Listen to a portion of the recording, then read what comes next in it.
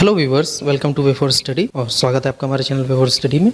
और इस वीडियो में हम देखेंगे हिस्ट्री ऑफ यूपी यानी उत्तर प्रदेश के इतिहास के बारे में। यहाँ पर हम थोड़ा जानने की कोशिश करेंगे कि एंशिएंट टाइम से अब तक उत्तर प्रदेश किन इम्पोर्टेंट चीजों से जुड़ा रहा। चलिए शुरू करते हैं। सबसे पहले तो उत्तर प्रदेश के इतिहास को इन 5 भागों में बांटा गया। ठीक है, एक है प्रागैतिहासिक यानी पूर्व वैदिक काल जो 600 ईस्वी पूर्व तक था। ठीक है, सेकेंड है बौद्ध काल जो 600 ईस्वी पूर्व से 1200 ईस्वी तक था। ठीक है, फिर है मध्यकाल, ये 1200 से 1857 तक था। ठीक है, उसके बाद है ब्रिटिश काल यानी जब यहाँ अंग्रेज थे, वो है 1857 से 1947। 1947 में हमारा देश आजाद हो गया। स्वतंत्रोत्तर काल यानी आजादी के बाद का समय से लेकर अब तक यानी 2020 तक। तो इन 5 भागों में उत्तर प्रदेश के इतिहास को बांटा गया।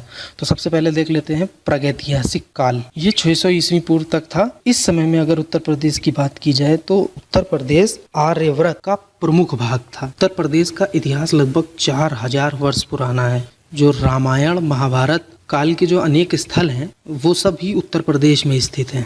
उसके बाद ये जो सेकंड है बौद्ध काल। अगर बौद्ध काल की बात की जाए ना तो ये है 600 ईस्वी से 1200 ईस्वी तक। तो भगवान बुद्ध ने जो अपना उपदेश उत्तर प्रदेश के वाराणसी यानी बनारस में सारनाथ में दिया था। भगवान बुद्ध का परिनिर्वाण यानी मृत्यु उत्तर प्रदेश के कुशीनगर में हुई थी। और ये जो 16 महाजनपद थे, इसमें से जो 8 महाजनपद थे वो उत्तर प्रदेश में ही स्थित थे। उन महाजनपदों के नाम है कुरु, पंचाल, काशी, कौशल, सूरसेन, चेदी, वत्स, मल्ल। ठीक है, और मध्यकाल यानी ये जो अगर मिड एज, तो उत्तर प्रदेश में 1200 से जो 1857 तक हुआ। उत्तर प्रदेश में 12वीं शताब्दी के अंत में मुस्लिम शासन स्थापित हुआ। मोहम्मद गोरी ने गढ़वाल वंश की राजाओं को हरा दिया। ठीक है, और उत्तर प्रदेश में मुस्लिम शासन की नींव रखी। अकबर ने उत्तर प्रदेश के फतेहपुर सीकरी नगर की स्थापना की। और शाहजहां ने क्या किया, तो वर्ल्ड फेमस है ताजमहल बनवाया, वो भी उत्तर प्रदेश में ही है। उत्तर प्रदेश का जो इतिहास है ना वो काफी पुराना है। फिर उसके बाद जो है 1857 से लेकर के 1947 तक का जो समय है जिसमें अंग्रेजों ने हमारे वहाँ शासन किया, इसको देखते हैं। तो क्या हुआ, जब ब्रिटिश काल की शुरुआत हुई ना तो उत्तर प्रदेश जो है बंगाल प्रेसिडेंसी, उस समय प्रेसिडेंसीज होती थी। ठीक है, तो बंगाल प्रेसिडेंसी का हिस्सा था। सन 1833 में इसे बंगाल प्रेसिडेंसी से अलग पश्चिमोत्तर प्रांत गठित किया गया। ठीक है, इसे आगरा प्रेसिडेंसी भी कहते थे। ब्रिटिश शासन के खिलाफ पहले आंदोलन की शुरुआत भी मेरठ जिले से ही हुई। सन 1902 में पश्चिमोत्तर प्रांत का नाम बदलकर संयुक्त प्रांत, 1902 में संयुक्त प्रांत यानी यूनाइटेड प्रोविंस कर दिया गया। प्रारंभ में संयुक्त प्रांत यानी स्टार्टिंग में संयुक्त प्रांत की जो राजधानी थी वो इलाहाबाद थी, जिसका अभी नाम चेंज करके प्रयागराज कर दिया गया है, जिसे 1920 में लखनऊ स्थानांतरित कर दिया गया, मतलब इस लखनऊ ट्रांसफर कर दिया गया। तो अभी भी हमारी जो करंट टाइम में कैपिटल है उत्तर प्रदेश की वो लखनऊ है। उसके बाद स्वतंत्रोत्तर काल मतलब आज़ादी के बाद का समय। स्वतंत्रोत्तर का मतलब स्वतंत्रता के बाद का समय, जो इंडिपेंडेंस के बाद का जो समय था। तो 1947 में स्वतंत्रता के बाद संयुक्त प्रांत यानी भारतीय गणराज्य की इकाई बन गया। 2 साल के अंतर्गत टिहरी, गढ़वाल व रामपुर को भी यूनाइटेड प्रोविंस में यानी संयुक्त प्रांत में शामिल कर दिया गया। 12 जनवरी 1950 को संयुक्त प्रांत का नाम बदलकर उत्तर प्रदेश कर दिया गया। और 9 नवंबर 2000 को, मतलब जो 9 नवंबर 2000 है, इसमें उत्तर प्रदेश के 13 जिलों को इसमें से निकाल लिया गया और उन 13 जिलों को मिलाकर उत्तरांचल का गठन किया गया, जिसका उत्तरांचल का जो है बाद में नाम बदल के उत्तराखंड कर दिया गया। ठीक है, जिसकी कैपिटल देहरादून है। तो ये हमारे उत्तर प्रदेश से ही निकल कर बना है। पहले उत्तर प्रदेश और उत्तरांचल एक ही होता था, लेकिन इसी में से 13 जिले लेकर के एक नया स्टेट बना दिया गया। तो ये उत्तर प्रदेश के राजकीय प्रतीक हैं। ठीक है, राज्य प्रतीक। तो उत्तर प्रदेश का जो राजकीय चिन्ह है वो ये यहाँ पे आपको सिंबल में दिख भी रहा है। क्या है कि एक वृत्त यानी सर्कल होता है, उसके अंदर 2 मछलियां हैं और एक तीर धनुष है। ठीक है, ये 1938 में स्वीकृत किया गया था। और उत्तर प्रदेश का राजकीय वृक्ष जो है वो अशोक है। ये दिख रहा है जो आपको नीचे फोटो में, ये है अशोक के वृक्ष। ठीक है, और उत्तर प्रदेश का राजकीय पुष्प जो है वो है टेसु। ये जो ऊपर आपको फोटो में दिख रहा है ये है टेसु यानी पलाश। और उत्तर प्रदेश की राष्ट्रीय जो भाषा है वो हिंदी है, जो 1947 से हिंदी है। और दूसरी भाषा जो ऐड की गई उत्तर प्रदेश की स्टेट जो लैंग्वेज है वो 1989 में ऐड की गई। फिर उत्तर प्रदेश के जो स्थापना दिवस है, क्योंकि 1956 में नवंबर 1956 में उत्तर प्रदेश बना था, इसलिए यही इसका स्थापना दिवस है। और उत्तर प्रदेश का राजकीय पशु यानी स्टेट एनिमल जो है वो है बारासिंगा, ये जो ऊपर आपको दिख रहा है स्टैग, इसको इंग्लिश में स्टैग कहते हैं। फिर उसके बाद है उत्तर प्रदेश का राजकीय पक्षी यानी स्टेट बर्ड, ये है सारस यानी क्रेन, ये जो आपको राइट साइड में ऊपर दिख रहा है। उत्तर प्रदेश का जो राजकीय खेल है वो है हॉकी, और जो नेशनल खेल है यानी नेशनल गेम जो है वो भी हमारा हॉकी ही है। उसके बाद तो उत्तर प्रदेश में जो विधानसभा की जो सदस्यों की कुल संख्या है वो 404 है, यानी जो विधानसभा सीटें हैं वो 404 होती हैं, जिसमें से 403 निर्वाचित यानी इलेक्टेड होती हैं, जिसको हम वोट डाल के इलेक्ट करते हैं, और जो एक होती है वो मनोनीत यानी नॉमिनेटेड होती है। एक सीट यानी एक विधायक जो होता है वो नॉमिनेटेड होता है। विधान परिषद क्या होती है? ये होती है लेजिस्लेटिव काउंसिल, जैसे होती है लेजिस्लेटिव असेंबली, जैसे विधानसभा होती है वैसे ही होती है। ये जो विधान परिषद है ये कुछ ही स्टेट में है, वो 7 स्टेट हैं, उसके बारे में हम किसी और वीडियो में बात करेंगे। अभी यहाँ पर सिर्फ इतना जान लीजिए कि विधान परिषद कुछ ही स्टेट्स में है, मतलब इंडिया में 28 स्टेट्स और 8 यूनियन टेरिटरी हैं, उनमें से 7 स्टेट्स में विधान परिषद है, ठीक है। और 7 में से अब केवल 6 स्टेट्स में ही विधान परिषद बची है, क्योंकि जो जम्मू कश्मीर था जहाँ पे विधान परिषद होती थी यानी लेजिस्लेटिव काउंसिल होती थी, वो तो अब 2 यूनियन टेरिटरीज में टूट चुका है, मतलब 2 केंद्र शासित प्रदेश बन चुके हैं जम्मू कश्मीर स्टेट को तोड़कर, तो इसलिए अब ये सिर्फ 6 स्टेट्स में है MLC। तो उत्तर प्रदेश में जो विधान परिषद की सीटें हैं वो 100 है। विधान परिषद की सीटें 100 हैं तो उनके सदस्यों की संख्या भी 100 होगी। लोकसभा सदस्यों की जो संख्या है उत्तर प्रदेश में वो है 80 यानी 80 सीट्स होती हैं जो लोकसभा सदस्य होते हैं। उसके बाद राज्यसभा सदस्यों की संख्या 31 है उत्तर प्रदेश में, और उत्तर प्रदेश में जो सर्वाधिक विधानसभा सीटें हैं वो इलाहाबाद से आती हैं, मतलब इलाहाबाद में सबसे ज़्यादा विधानसभा सीटें हैं। और सबसे बड़ा जो उत्तर प्रदेश में मंडल है वो है कानपुर और लखनऊ, और सबसे छोटा जो मंडल है वो है सहारनपुर। प्रदेश का जो पहला केंद्रीय कारागार यानी सेंट्रल जेल है वो बरेली में बनी है। जो उत्तर प्रदेश राज्य है इसमें अभी तक 10 बार राष्ट्रपति शासन लगाया गया है, ठीक है। और उत्तर प्रदेश का जो प्रथम मुख्यमंत्री यानी जब उत्तर प्रदेश बना तो उसका जो पहला मुख्यमंत्री था वो था गोविंद वल्लभ पंत, और पहली महिला मुख्यमंत्री वो थी सुचेता कृपलानी, ठीक है। अगर उत्तर प्रदेश की प्रशासनिक इकाइयों की बात करें तो उत्तर प्रदेश में जिलों की संख्या, जो उत्तर प्रदेश में जिले हैं वो हैं 75, और जो मंडल हैं तो मंडलों की संख्या है 18 यानी 18, और इसमें जो 18वां मंडल है वो है अलीगढ़। और आर्थिक संभाग जो क्षेत्र हैं, जो इकोनॉमी से रिलेटेड क्षेत्र हैं वो है 4। नगरों एवं नगर समूहों की जो संख्या है वो 915 है। ग्राम पंचायत जो है उत्तर प्रदेश में वो 59,073 ग्राम पंचायत है। उत्तर प्रदेश में जो कुल तहसील है वो 342 हैं, और जो नगर पंचायत है वो 423 है। नगर पालिका परिषद 193 है, और नगर निगम 16 है। और जो कुल गांव की संख्या है वो है 1,06,774, जिसमें से जो आबाद ग्राम है, जहाँ पे आबादी, जहाँ पे लोग रहते हैं उतने गांव हैं, वो गांव हैं 97,814। तो ये भी क्वेश्चन आपसे कभी भी मतलब ये भी क्वेश्चन पूछ लिया जाता है कि उत्तर प्रदेश में कितनी तहसील है, ऐसे ऑप्शन दे देगा 342, 350, 340, तो आपको पता होना चाहिए, क्योंकि आप मतलब यूपी से रिलेटेड एग्जाम दोगे तो यूपी से रिलेटेड क्वेश्चंस आने की ज़्यादा संभावना होती है, तो इसलिए आपको ये चीज़ें पता होनी चाहिए, ये तो आपके ज़बान पे रटी होनी चाहिए ये चीज़ें। देखिए सबसे पहले तो ये पता होना चाहिए उत्तर प्रदेश में ज़िले कितने हैं। तो उत्तर प्रदेश में कुल 75 ज़िले हैं, 75 जिले हुए, और ये हैं उत्तर प्रदेश की प्रमुख नदियाँ। गंगा, यमुना उत्तर प्रदेश की सबसे प्रमुख नदियाँ हैं, यानी सबसे मेन नदियाँ हैं। गंगा उत्तर प्रदेश की सबसे लंबी नदी है। उत्तर प्रदेश की नदियों के उद्गम स्थल के आधार पर 3 भागों में बांटा गया है। उद्गम स्थल यानी जहाँ से ये निकलती हैं, जहाँ से ये ओरिजिनेट होती हैं। हिमालय से निकलने वाली जो नदियाँ हैं वो हैं गंगा, यमुना, शारदा, इसको काली भी बोलते हैं, रामगंगा, घाघरा और गंडक। फिर उत्तर के मैदानी भाग से निकलने वाली जो नदियाँ हैं वो है गोमती, वरुणा, पांडो, इसन और रिहन। और दक्षिण पठार से जो निकलने वाली नदियाँ हैं यानी साउथ के जो प्लेट्यू हैं उनसे जो निकलने वाली नदियाँ हैं वो है चंबल, बेतवा, केन, सोन, टोंस, कन्हार और रिहन। सबसे पहले गंगा नदी की बात करते हैं। तो गंगा नदी का जो ओरिजिनेट होती है वो गंगोत्री से ओरिजिनेट होती है। उत्तराखंड में एक जगह है गंगोत्री, वहाँ से ये ओरिजिनेट होती है। और गंगा नदी की जो लंबाई है वो 2665 किलोमीटर है, ठीक है। और ये जो एंड होता है इसका, ये पश्चिम बंगाल की खाड़ी, जो बंगाल की जो खाड़ी है यानी बे ऑफ बंगाल, इसमें जाके ये गिर जाती है, ठीक है।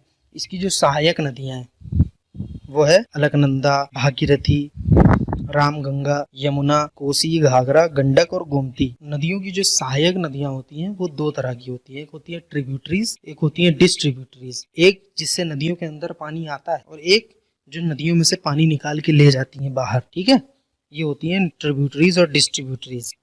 नेक्स्ट नदी है यमुना। यमुना की बात करें तो ये उत्तराखंड के बंदरपूंछ पर्वत के यमुनोत्री हिमनद से यानी यमुनोत्री ग्लेशियर से निकलती है, ठीक है, उत्तराखंड से ये भी निकलती है यमुना। और इसकी जो लंबाई है ये 1376 किलोमीटर है। और ये जो इसका जो अंत होता है, मतलब ये जहाँ पे ये ख़त्म होती है जाकर के, वो होती है इलाहाबाद के गंगा नदी के संगम में, यानी प्रयाग में जो संगम है वहाँ जाकर ये गंगा यमुना आपस में मिल जाती हैं, ठीक है। इसकी जो सहायक नदियाँ हैं वो है चंबल, बेतवा, गिरी और केन। नेक्स्ट नदी है रामगंगा रिवर। रामगंगा रिवर है, ये गंगा रिवर से अलग है। रामगंगा एक अलग नदी है।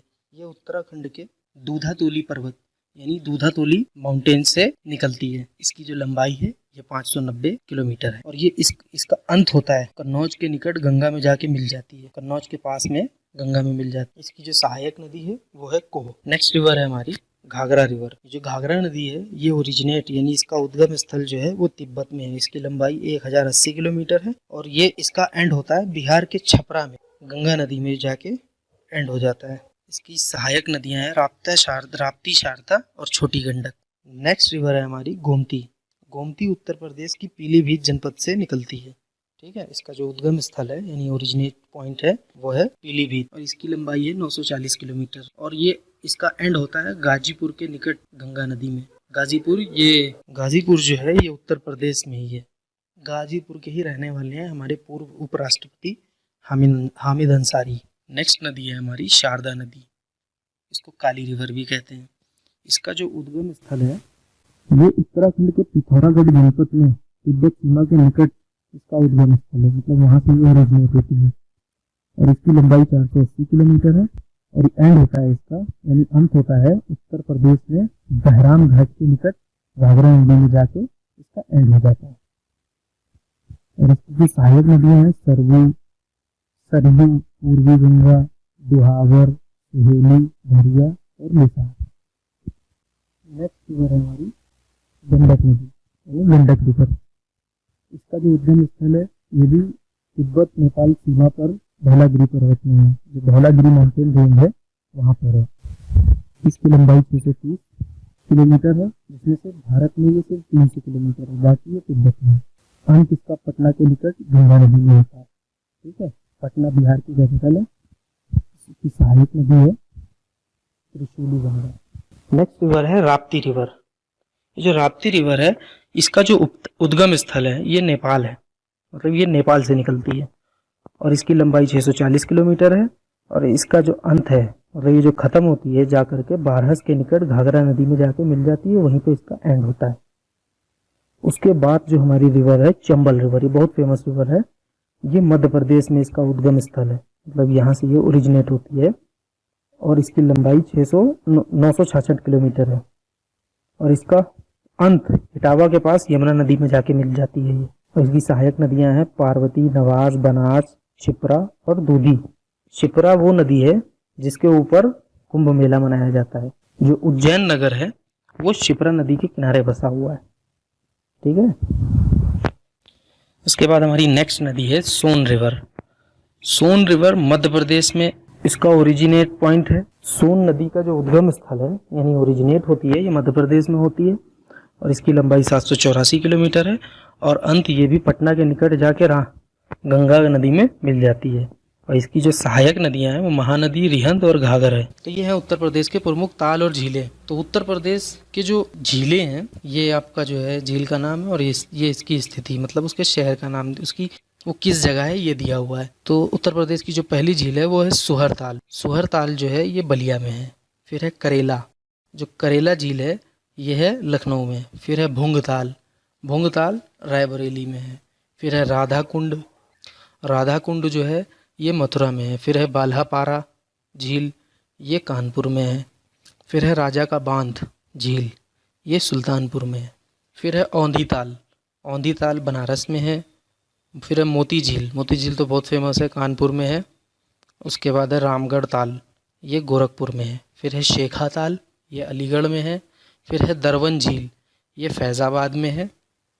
फिर है चित्तौरा झील, वो बहराइच में है। फिर है बेला सागर, ये महोबा में है। फिर है टांडा दरी, ये आपकी मिर्ज़ापुर में है। फिर है मादन सागर, ये आपके महोबा में है। और फिर है कुंद्रा समुद्र, ये उन्नाव में है। कुंद्रा समुद्र ये उन्नाव में है। फिर उसके बाद है कीठम झील, ये आगरा में है। फिर है गौर झील, ये रामपुर में है। फिर है बड़ा ताल, ये शाहजहाँपुर में है। फिर है बरुआ सागर, ये झांसी में है। तो ये सब थी उत्तर प्रदेश की झीलें जो आपको एग्ज़ाम्स में देखने को मिल जाती हैं, तो इसलिए आपको इसको याद कर लेना चाहिए। ये टोटल झीलें हैं। तो ये हैं उत्तर प्रदेश के प्रमुख बांध। तो फर्स्ट जो है जिसकी हम बात कर रहे हैं वो है रामगंगा बांध, यानी रामगंगा डैम। तो ये जो नदी है जिसके ऊपर ये बना हुआ है वो है रामगंगा, और स्थान मतलब किस जगह पर है वो है धामपुर। ठीक है, यूपी के धामपुर में ये रामगंगा बांध है। उसके बाद है नेक्स्ट गोविंद वल्लभ पंत सागर, ये इसको रिहंद बांध भी बोलते हैं। ये रिहंद नदी पर है, इसीलिए इसको रिहंद बांध भी बोलते हैं। और ये कहाँ पर है, मतलब किस जगह पर है, तो ये सोनभद्र में पिपरी नामक जगह पर ये रिहंद नदी है, उसी के ऊपर ये बना हुआ है। उसके बाद है गोविंद सागर बांध। तो ये हमने दोनों को एक साथ इसीलिए रखा है कि आप कंफ्यूज ना हो। गोविंद वल्लभ पंत सागर बांध वो अलग है और गोविंद सागर बांध ये अलग है। जो गोविंद सागर बांध है ये शहजाद नदी पे बना हुआ है। ठीक है, और ये ललितपुर में है, यूपी के ललितपुर में।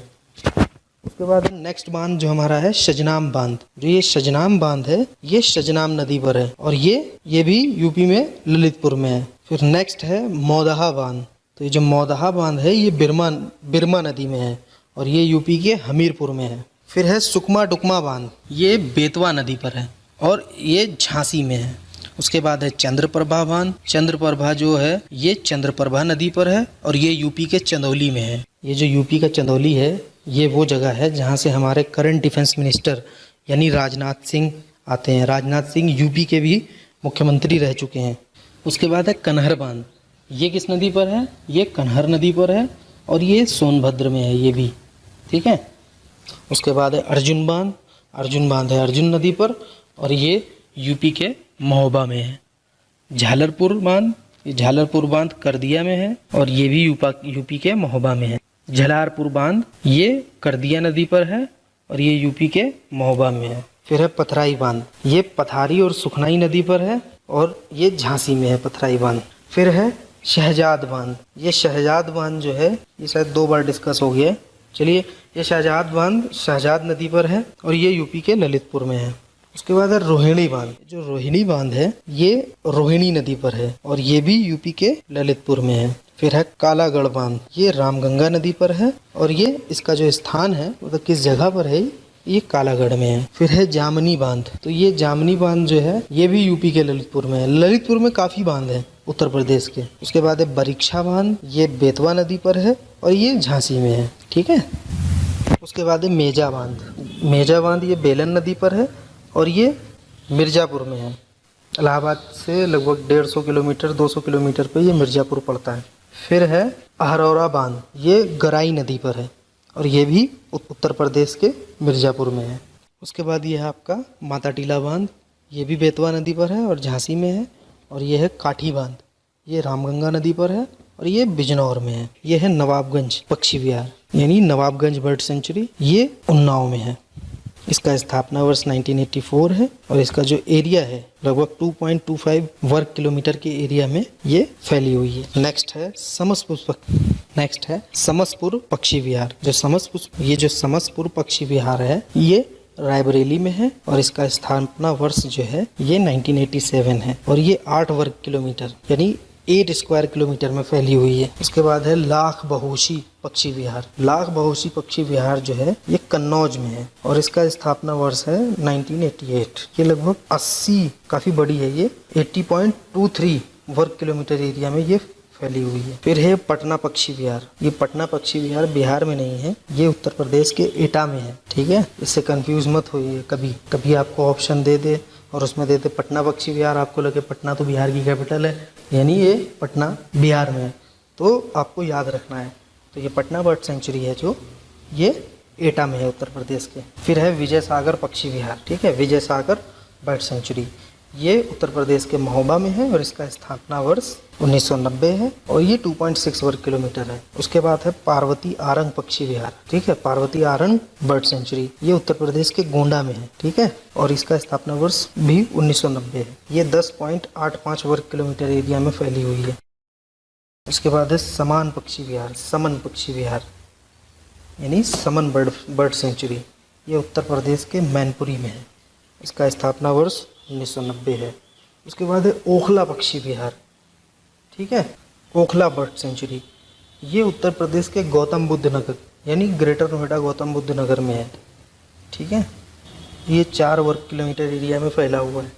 उसके बाद है बखीरा पक्षी विहार, बखीरा बर्ड सेंचुरी, ये संत कबीर नगर में है, इसका स्थापना वर्ष 1990 है। उसके बाद है सांडी पक्षी विहार, जो सांडी बर्ड सेंचुरी है ये उत्तर प्रदेश के हरदोई में है और इसका स्थापना वर्ष 1990 है और क्षेत्रफल जो है इसका ये 3 वर्ग किलोमीटर है। उसके बाद है सूर सरोवर पक्षी विहार, ये जो सूर सरोवर बर्ड सेंचुरी है ये आगरा में है और इसका स्थापना वर्ष 1991 है। उसके बाद है सुहरताल पक्षी विहार, ये जो सुहरताल बर्ड सेंचुरी है ये बलिया में है, उत्तर प्रदेश के बलिया में, और इसका स्थापना वर्ष 1990 है। उसके बाद है डॉक्टर भीमराव अंबेडकर पक्षी विहार यानी doctor Bhimrao Ambedkar bird sanctuary, ये उत्तर प्रदेश के प्रतापगढ़ में है। ये अक्सर एग्जाम्स में पूछ लिए जाते हैं। तो जो फर्स्ट वन्यजीव अभ्यारण्य है वो है चंद्रप्रभा वन्यजीव अभ्यारण्य यानी चंद्रप्रभा वाइल्ड लाइफ सेंचुरी, ठीक है, ये जो है आपके चंदौली में है और यहाँ पे जो जिन पशुओं से यानी जिन एनिमल से ये रिलेटेड हैं वो है सांभर और तेंदुआ यानी लेपर्ड, ये आपको यहाँ देखने को मिलेंगे, सांभर और तेंदुआ। नेक्स्ट है किशनपुर वाइल्ड लाइफ सेंचुरी यानी किशनपुर वन्यजीव विहार, ठीक है, ये उत्तर प्रदेश के लखीमपुर खीरी में है और यहाँ पर आपको देखने को मिलेंगे, मतलब ये रिलेटेड है चीता, तेंदुआ और हिरण से, ठीक है। उसके बाद है कतरनिया वन्यजीव विहार, काफी बड़ा है ये कतरनिया वाइल्ड लाइफ सेंचुरी, ये बहराइच में है, उत्तर प्रदेश के बहराइच में। यहाँ पर जो संबंधित पशु है यहाँ पे दुर्लभ मैदानी पशु मिलते हैं, ठीक है, दुर्लभ मैदानी जीव मिलते हैं। उसके बाद है रानीपुर वाइल्ड लाइफ सेंचुरी, ये उत्तर प्रदेश के चित्रकूट जिले से संबंधित है। फिर है महावीर स्वामी वन्यजीव विहार, ये उत्तर प्रदेश के ललितपुर जिले से संबंधित है और यहाँ पे जो इससे रिलेटेड पशु हैं, रिलेटेड एनिमल है वो है बंदर और मोर यहाँ पे मिलते हैं। उसके बाद है चंबल वन्यजीव विहार, ठीक है, ये रिलेटेड जो इंदु जिला है वो है आगरा और इटावा के आसपास के एरिया में ये चंबल वाइल्ड लाइफ सेंचुरी है और इससे रिलेटेड पशु हैं घड़ियाल और डॉल्फिन, मतलब घड़ियाल और डॉल्फिन यहाँ पर मिलती हैं। फिर है कैमूर वन्यजीव विहार यानी Kaimur wild life sanctuary, Kaimur wild life sanctuary 1982 में इसका स्थापना दिवस है और इससे संबंधित जो जिले हैं, मतलब जिनसे ये जिनके आसपास ये है, जिनका एरिया एक्वायर करके ये बना होता है वाइल्ड लाइफ सेंचुरी, वो है मिर्जापुर और सोनभद्र के आसपास का जो एरिया है वहाँ पर है ये आपका कैमूर वाइल्ड लाइफ सेंचुरी और इससे रिलेटेड जो एनिमल्स हैं वो है चीता, तेंदुआ, चिंकारा और काला हिरण। तो काला हिरण केस में सलमान खान अंदर है तो आपको पता ही होगा, ये काला हिरण वही है जो एक इंडेंजर्ड स्पीसीज है और जिसके शिकार को लेकर काफी कंट्रोवर्सी में रहे हैं सलमान खान। हस्तिनापुर वन्यजीव विहार, हस्तिनापुर वाइल्ड लाइफ सेंचुरी, ये जो है ये रिलेटेड इससे जो एरिया है, मतलब जितने जो इसके आसपास का जो एरिया है वो है मेरठ, हापुड़, बिजनौर, अमरोहा और मुजफ्फरनगर और यहाँ पे जो मिलता है वो है मगरमच्छ और चीतल। फिर है सुहागी बरवा वन्यजीव विहार यानी Suhagi Barwa wild life sanctuary, ये उत्तर प्रदेश के महाराजगंज में है, कानपुर से ही कुछ किलोमीटर है महाराजगंज, कानपुर से 25-30 किलोमीटर दूर है महाराजगंज। फिर है सोहेलवा वन्यजीव विहार यानी फिर है सोहेलदेव वाइल्ड लाइफ सेंचुरी, ये है इससे रिलेटेड जो जिला है वो है बलरामपुर और गोंडा उत्तर प्रदेश का। फिर है कछुआ वन्यजीव विहार, जो कछुआ वाइल्ड लाइफ सेंचुरी है ये वाराणसी यानी बनारस में है, जहाँ से प्राइम मिनिस्टर नरेंद्र मोदी सांसद चुने गए हैं 2 बार। फिर ये है पीलीभीत टाइगर रिजर्व, जो पीलीभीत टाइगर रिजर्व है ये उत्तर प्रदेश के पीलीभीत जिला से रिलेटेड है। तो ये थे हमारे उत्तर प्रदेश के सभी वाइल्ड लाइफ सेंचुरीज। इसी तरह के और वीडियोस के लिए लाइक करें हमारे चैनल को। धन्यवाद।